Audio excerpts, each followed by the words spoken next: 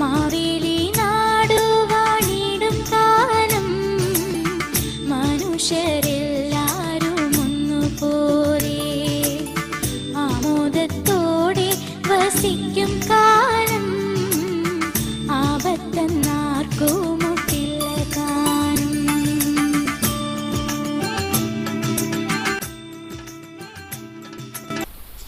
എല്ലാവർക്കും സാഹോദര്യത്തിൻ്റെയും സമത്വത്തിൻ്റെയും ഐശ്വര്യത്തിൻ്റെയും ഉത്സവമായ ഓണാശംസകൾ നേരുന്നു. മഹാബലി, വലിയ ബലി എന്നാണല്ലോ അതിനർത്ഥം. മഹാബലിയുടെ വരവിനെയും നമ്മൾ ആഘോഷമാക്കുകയാണ് ഈ ഓണക്കാലം. മഹാബലി ഒരു വലിയ സങ്കല്പമാണ്. വേദപുസ്തകത്തിലും മഹാബലി യേശുക്രിസ്തുവിൻ്റെ കാൽവറിയിലെ യാഗമാണല്ലോ. സാഹോദര്യവും സമത്വവും ഐശ്വര്യവും ഉണ്ടാവണമെങ്കിൽ പരിത്യാഗം പ്രധാനമാണ്. മഹാബലിയെ സ്മരിക്കുമ്പോൾ മഹാബലിയുടെ വലിയ ബലിദാനത്തിന് പിമ്പിലുള്ള ത്യാഗം, ആ ത്യാഗത്തിൻ്റെ പിറകിലുള്ള സ്നേഹം, ത്യാഗത്തിൽ കുതിർന്ന സ്നേഹം നമ്മളുടെ മനസ്സിലേക്ക് വന്നെത്തുകയായി. സാഹോദര്യവും സമത്വവും ഐശ്വര്യവും ലോകത്തിൽ വാഴണമെങ്കിൽ ത്യാഗവും സ്നേഹവും കൂടിയേ കഴിയൂ. ഓണക്കാലത്ത് നമ്മൾ ഈ പ്രമാണം, ഈ മൂല്യം നമ്മൾ ആഘോഷമാക്കുന്നു എന്ന് ഈ അവസരം നമുക്ക് പ്രത്യേകം ഓർക്കാം. നമ്മളുടെ ജീവിതം ത്യാഗവും സ്നേഹവും കൊണ്ട് നിർഭരമാണെങ്കിൽ അവിടെ പങ്കുവയ്ക്കലുണ്ടാവും. പങ്കുവയ്ക്കൽ ത്യാഗവും സ്നേഹവും കൂടാതെ പൂർണ്ണമാവുന്നില്ലല്ലോ.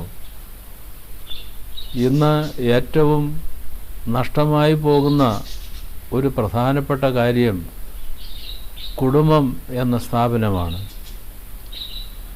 കുടുംബം ഭാര്യാഭർത്തൃ ബന്ധത്തിൻ്റെ വിശ്വസ്തതയും നിർമ്മലതയും ഊന്നിപ്പറയുന്നതാണ്.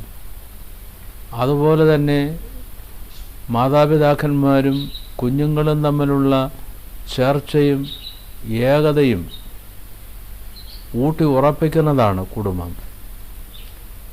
ഇന്ന് സമൂഹത്തിൽ ഏറ്റവും വലിയ ഭീഷണി നേരിടുന്ന ഒരു സ്ഥാപനം കുടുംബമാണെന്ന് ഏവർക്കും അറിയാം.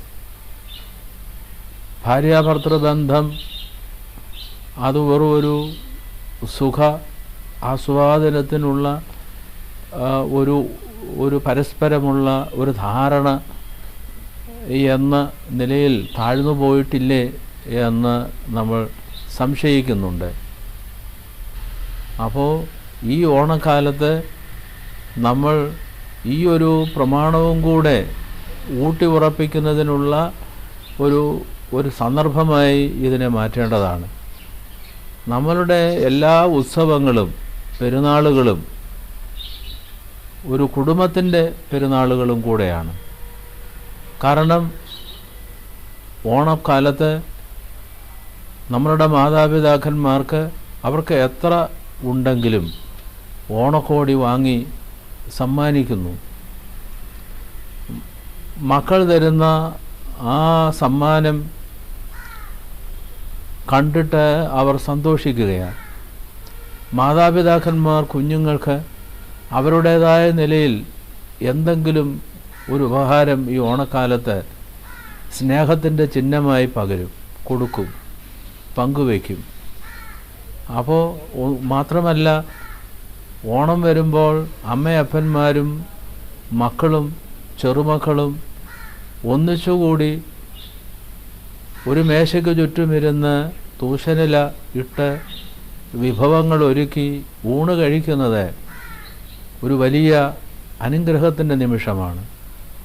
ഓണക്കാലത്ത് ഒന്നിച്ച് ഊണ് കഴിക്കുക എന്നുള്ളത് നമുക്ക് ഒഴിച്ചുകൂടാനാവാത്ത ഒരനുഷ്ഠാനമാണ്.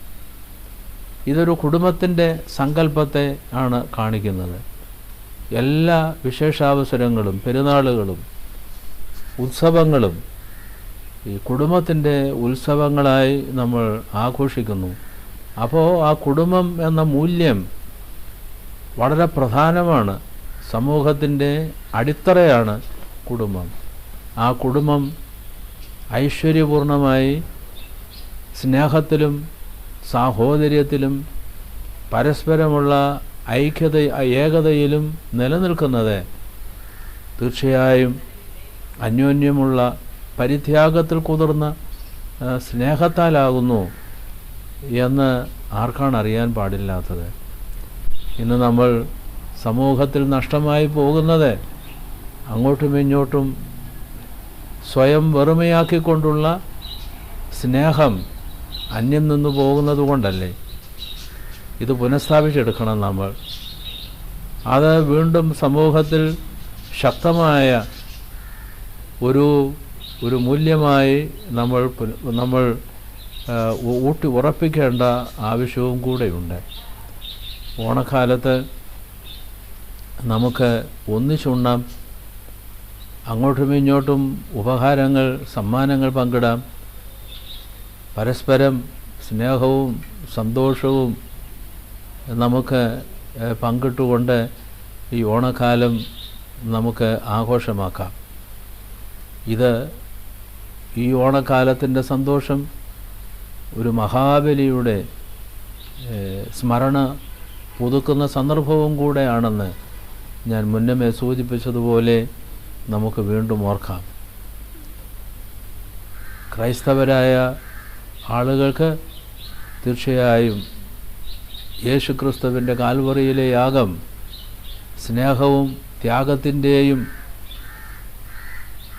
മൂർത്തിമത് രൂപമായി നമ്മൾ കാണുന്നത് ഈ ഓണത്തിൻ്റെ മഹാബലി സങ്കല്പത്തോടെ തീർച്ചയായും ചേർത്തു വയ്ക്കുന്നത്